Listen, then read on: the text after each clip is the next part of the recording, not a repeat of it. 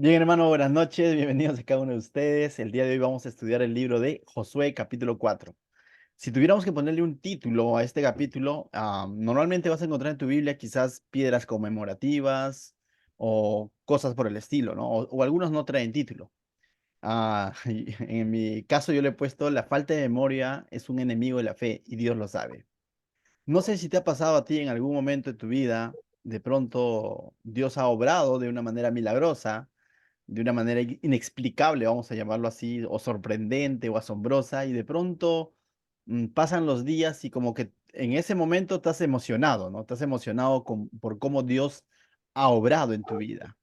Pero luego van pasando los días, van pasando las semanas, los meses, y como que esa emoción va, vamos a llamarla así, va menguando, va disminuyendo. Y hasta ahí es comprensible, pero ya llega un momento donde se nos vuelve a presentar una situación complicada, quizás similar a la anterior o menos difícil que la anterior, pero nosotros estamos ahí diciendo: Señor, ¿por qué te has olvidado de mí? Señor, ¿ahora qué hago? Eso ocurre porque de pronto sufrimos de falta de memoria. Eso ocurre porque de pronto no recordamos cómo Dios ha obrado tiempo atrás en una situación quizás mucho más complicada. Y eso también al mismo tiempo va a resquebrajar un poco nuestra fe, ¿no? Porque si nosotros manteniéramos latente lo que Dios viene haciendo en nuestra vida o lo que ya ha hecho por nosotros de aquí hace un tiempo atrás, entonces nuestra fe también se va a mantener viva en el sentido de decir, situación que venga, decir: Dios me sacó de esa situación y ¿por qué no me podría sacar de esta situación? Entonces nuestra confianza en Dios se va a mantener vivo. Pero lamentablemente sufrimos de falta de memoria en muchas ocasiones. Pero no somos los únicos, también el pueblo de Israel de pronto va a sufrir de falta de memoria, ¿no? Y eso ya lo hemos visto con esta primera generación en el desierto con Moisés, ¿no? De pronto ellos acaban de salir de Egipto, sacados por el Señor mediante 10 plagas, y pasan unos días o semanas, de pronto no hay que beber, no hay que comer y ya se están quejando o ya están como que con el mundo encima, ¿no? Mejor volvamos a Egipto. Eso tiene una explicación: falta de memoria. Simplemente no estaban recordando lo que Dios había hecho o de lo que Dios era capaz de hacer, ¿no? Y esa es una constante para el pueblo de Israel en medio de todo el desierto.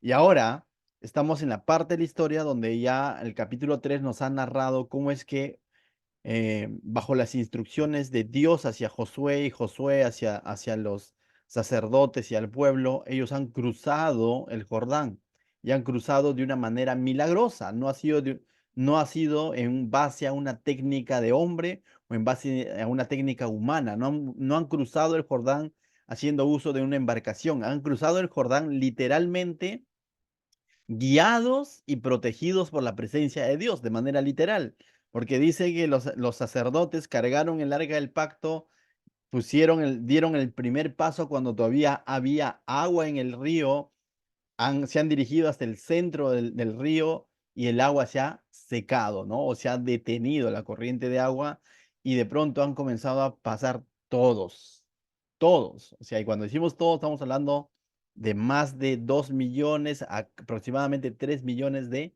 personas, ¿no? Han pasado. Entonces, eso es algo, es un milagro definitivamente hecho por Dios, y estaba sellado con su presencia a través del arca del pacto, ¿correcto? Entonces, ni uno de pronto ha, ha fallecido en esta situación. Ahora, nosotros hacemos un poco de memoria y decimos: bueno, como que cruzar 2 millones. Ahora, te imaginas, han cruzado con todas sus cosas, ¿ah? Con bebé, ancianos, todos. O sea, es toda una travesía en realidad, ¿no? Entonces, y el capítulo 3 nos indica que las aguas eran bravas, es decir, era caudaloso, no era nada, no era un charquito. Entonces, después de eso, ellos ya están a salvos, ya han cruzado. Ahora Dios, después de que Josué y el pueblo han dado este primer paso de creerle a Dios, ahora Dios, el segundo reto, podríamos decir, sería derribar o tumbar los muros de Jericó. Pero Dios hace un alto y les pide al pueblo, a través de Josué, que hagan algo que no, va a ser en beneficio de ellos, básicamente. Y también va a ser de testimonio para otros que van a ver más adelante, pero sobre todo sería de beneficio para ellos. ¿Qué es lo que les va a pedir que hagan? Les va a pedir de que construyan vamos a llamarle así, con piedras, un muro, o vamos a llamarlo un monumento conmemorativo o un monumento recordatorio, para que ellos constantemente recuerden lo que ha sucedido ese día. Mira lo que dice el verso 1 en adelante. Cuando toda la gente hubo acabado de pasar el Jordán, y la Biblia es clara cuando dice todos, Jehová habló a Josué diciendo, entonces ahora Dios va a dar una instrucción a Josué. Esto no se le ocurrió al Josué, no se le ocurrió al pueblo a modo de agradecimiento, no, esto fue instruido por Dios. Esto fue, estas instrucciones o orden va a ser dada de parte de Dios, porque Dios sabe para qué va a ser la utilidad o cuál es el propósito de lo que ahora les va a decir. Dice, toma del pueblo 12 hombres, uno de cada tribu, el pueblo iba a tener participación a través de sus líderes, y mándales diciendo, tomad de aquí en medio del Jordán, del lugar donde están firmes los pies de los sacerdotes, 12 piedras, las cuales pasaréis con vosotros, y levantadlas en el lugar donde habéis de pasar la noche. En otras palabras, le está diciendo que que vuelvan a entrar estos 12 hombres, donde se encontraban justamente los sacerdotes con el arca del pacto. Podemos entender que todavía estaban ellos ahí en medio, el río todavía estaba seco, entonces estos hombres van a ingresar y van a sacar 12 piedras. Y es interesante, ¿no? Porque les pide básicamente que hagan un monumento sencillo, o sea, con 12 piedras. No les va a pedir que tallen las piedras, no les va a pedir que hagan, no sé, pues, monumentos históricos que podemos conocer hoy en día, por ejemplo, Machu Picchu, ¿qué más? Templo de Chavín, y tú puedes mencionar muchos, ¿no? Y debe haber costado hacer eso, a veces incluso décadas o cientos de años, ¿no? Y mucho trabajo. Pero lo que Dios aquí les va a pedir al pueblo no les va a pedir algo sofisticado, les va a pedir algo sencillo, pero sobre todo que cumpla el propósito. Hacer un monumento, un rumo de 12 piedras, nada más. Así de simple y sencillo, sin mucha pompa. Pero mira lo que dice el verso 4. Entonces Josué llamó a los 12 hombres, a los cuales él había designado de entre los hijos de Israel, uno de cada tribu. Y les dijo Josué, pasad delante del arca de Jehová vuestro Dios a la mitad del Jordán, y cada uno de vosotros tome una piedra sobre su hombro, conforme al número de las tribus de los hijos de Israel, para que esto sea señal entre vosotros. Y cuando vuestros hijos preguntar, y aquí va a dar el por qué, ¿no? Primero, en el verso 5 vemos de que Josué obedece esta instrucción, esta orden dada por Dios. No, de pronto no se queda con la emoción de que ya cruzaron lo imposible y ahora vamos, nosotros podemos vencer a los de Jericó. No, sino Josué sigue escuchando la instrucción que Dios está dando, ¿no? Entonces, el pueblo obedece, pero ahora Josué explica en el verso 6 el por qué o para qué sirve este monumento, dice. Para que esto sea señal entre ustedes y cuando vuestros hijos preguntaren, dice, a sus padres mañana diciendo, ¿qué significan estas piedras? Entonces le está diciendo que este monumento memorial que van a levantar va a servir de recordatorio para un futuro cercano, para cuando los hijos pregunten, ¿qué significan estas piedras? Recuerda, te decías hace un momento, ¿no? Nosotros experimentamos el favor de Dios, ese día estamos emocionados, ese día estamos, no lo puedo creer, es un sueño. Aún me muero un poco yo con el carro a veces, ¿no? Pero luego llega un momento en el que como que te acostumbras, ¿no? Como que te acostumbras de pronto a la bendición de Dios, ¿no? Pero qué bueno es recordar constantemente cuán bueno ha sido Dios en una situación de nuestra vida. Entonces Dios quiere que el pueblo recuerde, no solamente que el pueblo que presenció esto recuerde, sino que Dios está queriendo que también los hijos en un futuro recuerden el por qué o qué es cómo es que Dios fue fiel con este pueblo. Dice, 6. Para que esto sea señal entre vosotros y cuando vuestros hijos preguntaren a sus padres mañana diciendo, ¿qué significan estas piedras? Es decir, va a llegar un momento en el futuro donde los hijos les van a preguntar a los que experimentaron esto, ¿no? Aquellos hijos que quizás cruzaron bebés o aquellos hijos que quizás ya van a nacer en la tierra prometida y no van a saber parte de esta historia o no lo han experimentado básicamente. Entonces dice 7. Le responderéis que las aguas del Jordán fueron divididas delante del arca del pacto de Jehová. Cuando ella pasó el Jordán, las aguas del Jordán se dividieron y estas piedras servirán de monumento conmemorativo a los hijos de Israel para siempre. Entonces, ese era el propósito, de que la nueva generación mantenga vivo cómo es que Dios había hecho posible que el pueblo pueda poseer esta tierra prometida o pueda cruzar el Jordán. Entonces, esa es la intención de Dios. Te decía hace un momento, uno de los enemigos de nuestra fe es la falta de memoria, porque cuando olvidamos cómo es que Dios ha obrado en nuestra vida nuevamente, vamos a poder quizás actuar como con falto de fe. Situaciones que se nos pueden presentar y de pronto vamos a decir, de esta nadie me saca. Señor, ¿por qué estoy en esta situación? Pero cuando recordamos que el Señor nos ha librado de situaciones mayores o más complicadas, diremos, Señor, yo sigo confiando en ti, porque así como me libraste en el pasado, también me vas a poder librar de esta situación ahora en el presente y, ¿por qué no decirlo, en el futuro? Cuán importante entonces, mis hermanos, es dos cosas.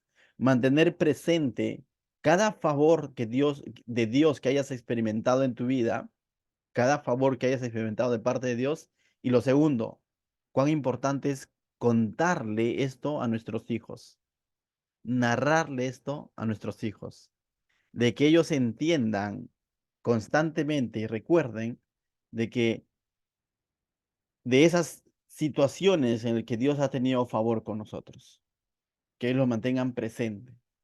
Eso es importante, porque cuando se hace el recambio de generación, justamente vamos a ver más adelante en los otros libros que nos vamos a encontrar con una generación ingrata con Dios.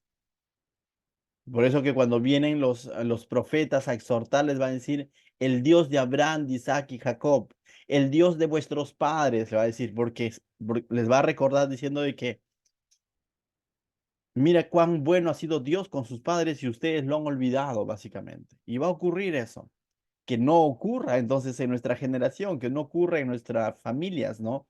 El hecho de que tú ahora puedes estar sirviendo a Dios, puedes estar congregándote, puedes estar buscando de Dios, pero a veces pensamos que de manera automática nuestros hijos también van a seguir ese camino y no estamos haciendo nada intencional para que ellos también vayan comprendiendo y vayan viendo el favor de Dios en su vida o el favor de Dios en nuestra familia en todo caso. Entonces, ahí tenemos responsabilidad, ¿quiénes? Los padres, tú y yo. Tú que me estás escuchando y yo, tenemos responsabilidad de que nuestros hijos entiendan que cada situación que hemos vivido, Dios ha tenido que estar presente y es gracias a Dios que ahora estamos, por así decirlo, ¿no? En el lugar donde estamos. Sea bueno, sea malo, es gracias a Dios. Amén. Bien. Verso 8 dice, y los hijos de Israel lo hicieron así como Josué les mandó.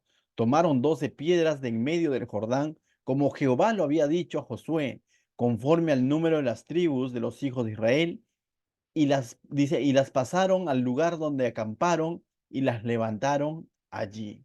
Entonces vamos a ver claramente que ciertamente tanto Josué como el pueblo obedecen al pedido o a la orden que Dios ha hecho y levantan este altar, ¿no? Levantan este memorial ahí en el lugar donde ellos ya están acampando, ¿no? Entonces, pero aquí adicional a esto vamos a ver a Josué que hace algo similar. Mira lo que hace Josué. Josué también levantó 12 piedras en medio del Jordán, aparte, ¿no?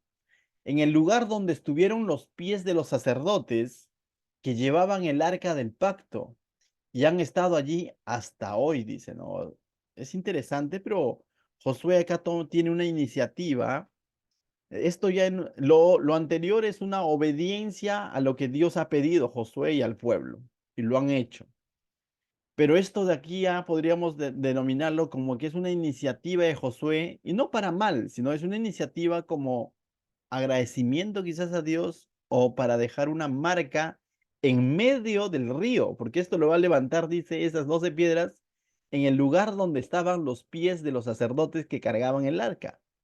En ese mismo lugar, dice Josué, va a colocar piedras, ¿no? En medio del Jordán, los va a dejar ahí como señal, ¿no? De que también de cómo es que Dios secó el agua, vamos a llamarlo así, cuando los sacerdotes o el arca del pacto estuvo en ese lugar, ¿no? Entonces, de alguna manera, luego vamos a ver que el Jordán va a volver a su curso normal y estas piedras van a ser tapadas, ¿no? Entonces podríamos hablar de que se levantaron dos tipos de memoriales, uno ordenado por Dios en tierra prometida, ¿no? Al otro lado del Jordán, como señal para que los hijos y los padres puedan mantener presente el favor de Dios, y otro invisible como agradecimiento en medio del Jordán.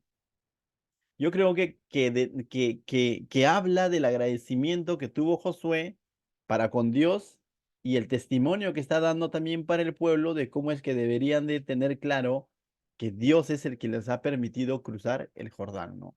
Entonces, vamos a tener un monumento visible y un monumento invisible, ¿no?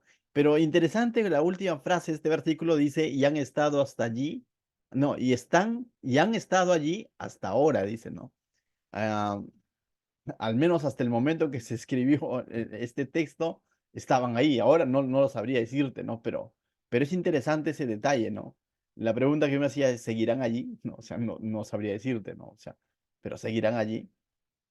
Pero sí creo que en más de una ocasión el Jordán es conocido por un río que tiene crecidas y también tiene sequías. ¿Ya? Normalmente, según la temporada o la estación del año, el Jordán tenía crecidas y también tenía sequías. Ahora, creo yo, ¿cuándo serían estas piedras que formó Josué visibles? Cuando había sequía, ¿no? O sea, cuando no había, o cuando el agua estaba abajo, vamos a llamarle, de pronto se evidenciaba este memorial, ¿no? Y podríamos decir que de alguna manera esto se hacía visible, ¿no? Para esos momentos, ¿no? Entonces, algo que me reflexionaba sobre esto, ¿no? De que tanto cuando nos pregunten por qué ya estamos gozando de la vida abundante con el Señor, deberíamos testificar de Cristo, decir, es gracias a Cristo. Pero también en aquellos momentos donde hay situaciones adversas a nuestra vida, igual debemos de testificar de Cristo, ¿no? Igual debemos estar agradecidos con el Señor. Entonces, dos reflexiones. Uno, marca en el corazón de tus hijos constantemente de que Dios es bueno, de que Dios es fiel, de que Dios cumple su promesa. Márcalo constantemente. Y lo segundo, marca dentro de tu corazón, quizás nadie lo va a ver, pero dentro de tu corazón como ese memorial invisible de que cada vez que pase situación difícil, de recordar que Dios es bueno, de que Dios es fiel, de que Dios cumple su promesa.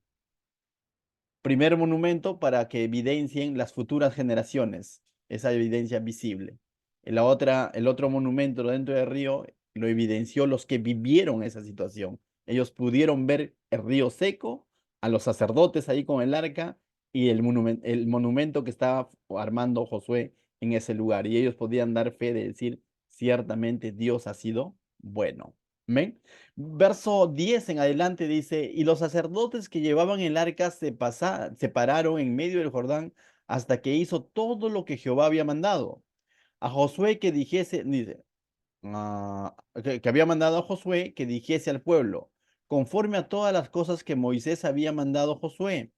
Dice, y el pueblo se dio a prisa y pasó. Aquí como que hace como un recordatorio o como un resumen, cómo es que ellos cruzaron, ya. No es que van a cruzar nuevamente, ya es como un refresh de todo lo que sucedió, ¿no?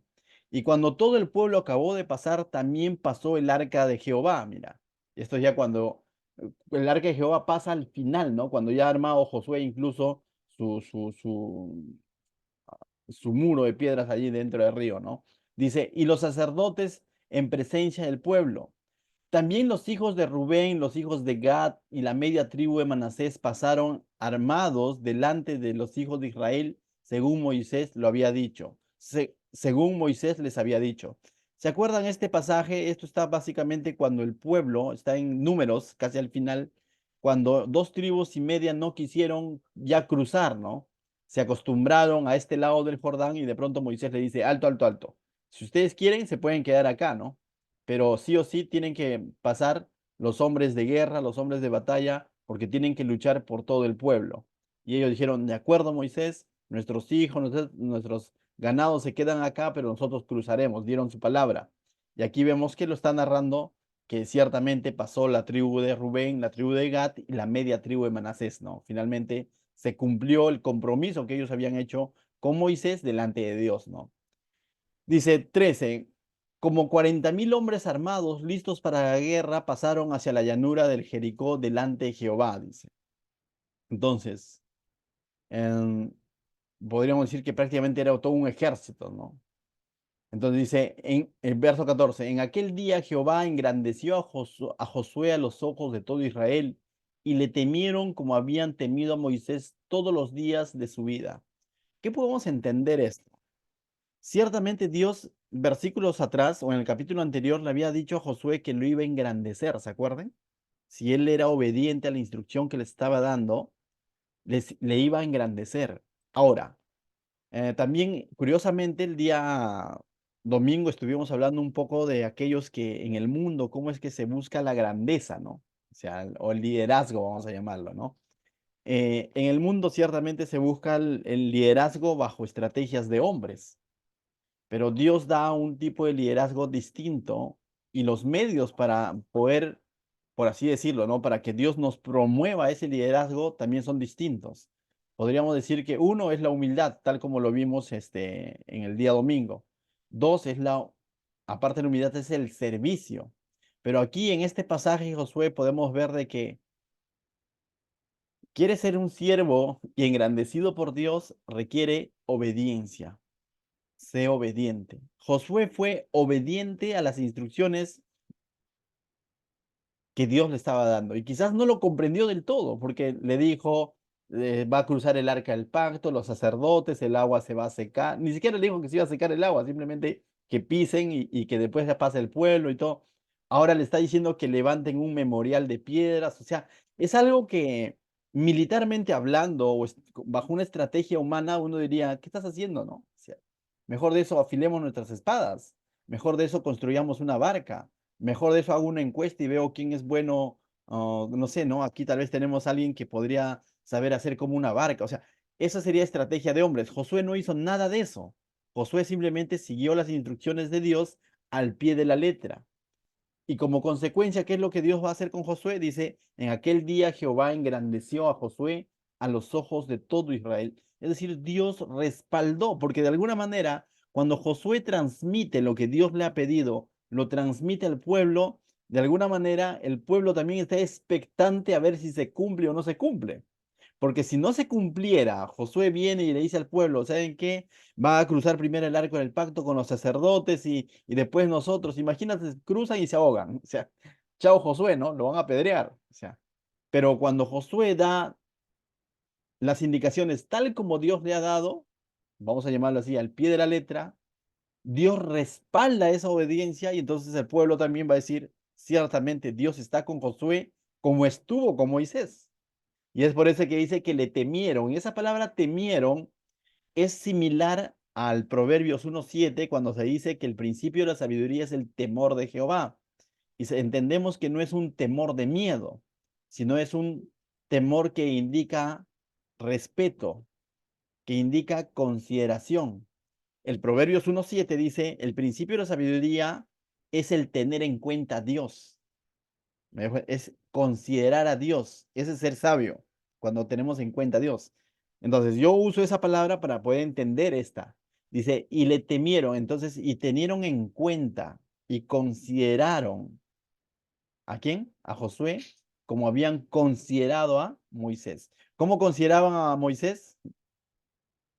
¿Qué le decían a Moisés? Todo lo que Dios te diga, nosotros obedeceremos, como su líder, ¿no? No había cuestionamiento en cuanto al liderazgo de Moisés. De la misma manera, ahora ellos van a obedecer, van a honrar, van a considerar a Josué. Y Dios lo ha engrandecido. Ahora, ¿tú quieres ser engrandecido por Dios así como estos hombres fueron engrandecidos? ¿Sabes qué? Simplemente sé obediente a Dios. Sé obediente a Dios. O sea, créele al Señor y enseña lo que el Señor te ha mostrado y no más.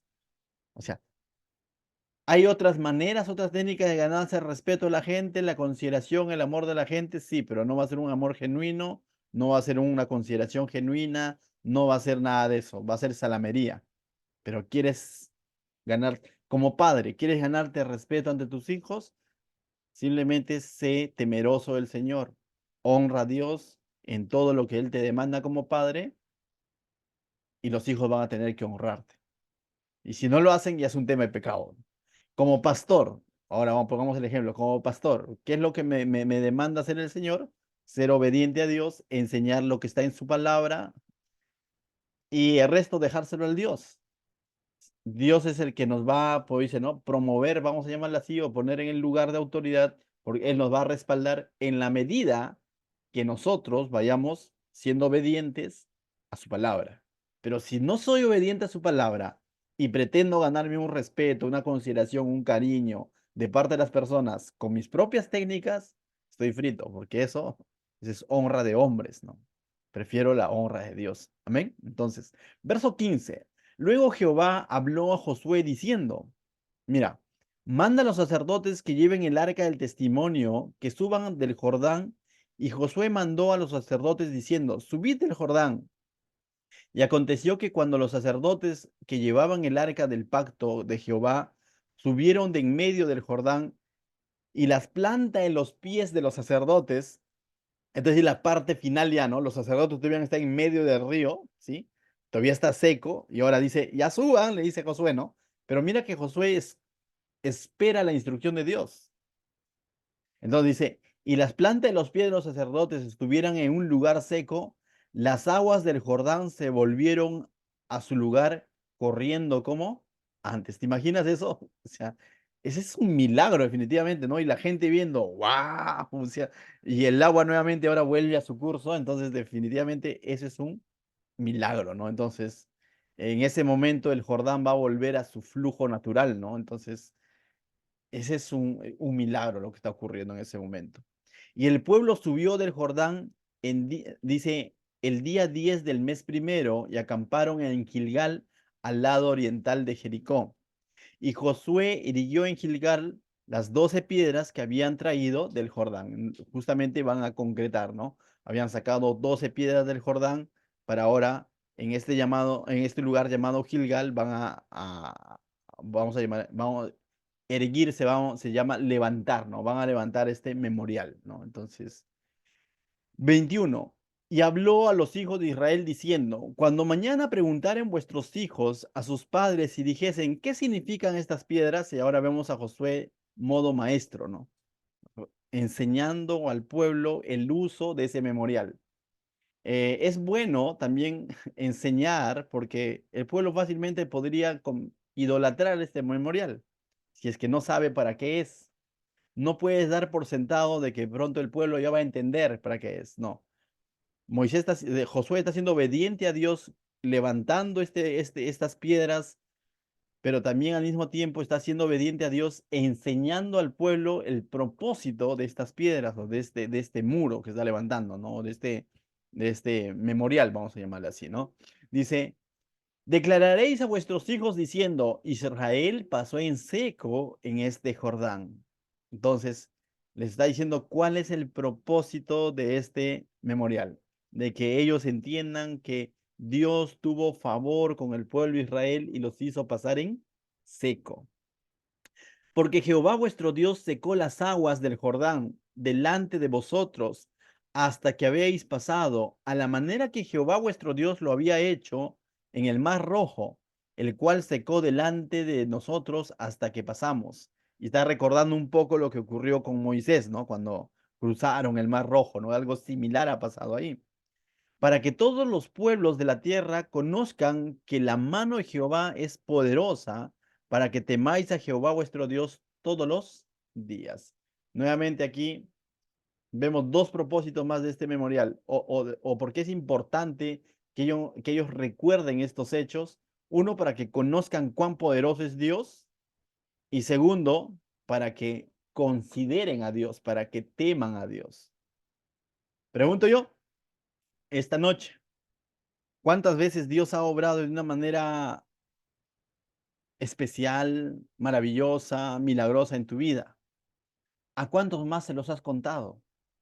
Cuando tú cuentas los milagros que Dios hace en tu vida, créeme, cuando tú cuentas los milagros que Dios hace en tu vida, lo que estás haciendo es testificar cuán poderoso es Dios. Y vas a hacer que esas personas pongan su mirada en Dios. Y esas personas, o al menos mínimo, Dios capte su atención, pero bajo tu testimonio. Pero si nosotros callamos de cómo es que Dios obra en nuestra vida, ¿cómo podemos pretender de pronto testificar de Dios? Entonces, a veces no necesitamos saber toda la Biblia todavía, aunque es importante saberla. Es importante saber el Evangelio, es importante todo eso, pero desde ya también puedes partir contando tu testimonio. Y cuando digo tu testimonio, no me refiero a tu testimonio de conversión necesariamente, sino al día a día, cómo es que Dios va obrando en tu vida, cómo es que Dios está actuando en tu vida. Entonces, cuando tú esto lo testificas a alguien más, vuelvo a repetir, ese alguien más va a reconocer el poder de Dios y en segundo lugar, Dios va a captar la atención de esa persona y probablemente esa persona pueda terminar temiendo a Jehová en el sentido considerando a Dios en su vida. Entonces, no calles. Primera aplicación, no olvides. Segunda aplicación, enseña. Tercera aplicación, testifica con otros. ¿Me dejo entender? No olvides, enseña a tus hijos. Tercero, testifica a los demás que Dios es poderoso con cosas tan, vamos a llamarlas así, cotidianas, tan hogareñas, en el que hayas visto el favor de Dios en tu vida. Díselo. No importa si de pronto te dicen, oye, para ti todo es Dios, Dios, Dios. Es que así debe ser la vida de un cristiano. Dios, Dios, Dios. Está en medio de todo el asunto. ¿Qué tal si oramos ahí en nuestros lugares? Padre, te doy gracias, Señor, esta noche porque tú nos instruyes, Señor, a través de tu palabra, Señor. Perdón si en algún momento hemos olvidado, Señor, el favor que has tenido con nosotros. Ayúdanos a recordarlo constantemente y a no solo eso, Señor, a confesarlo a nuestros hijos y no solamente a nuestros hijos, sino a todo aquel, Señor, con quien tengamos la oportunidad de conversar, Señor, a buscar nosotros la manera de testificar de tu favor, Señor, para que ellos también puedan escuchar de ti y puedan ver cuán poderoso eres, Señor, cuán fiel eres con nosotros, cuán misericordioso eres, Señor y que estas personas puedan venir a ti, Señor. En el nombre de Jesús, bendice tu palabra, bendice a mis hermanos que han escuchado tu palabra. En el nombre de Jesús, amén.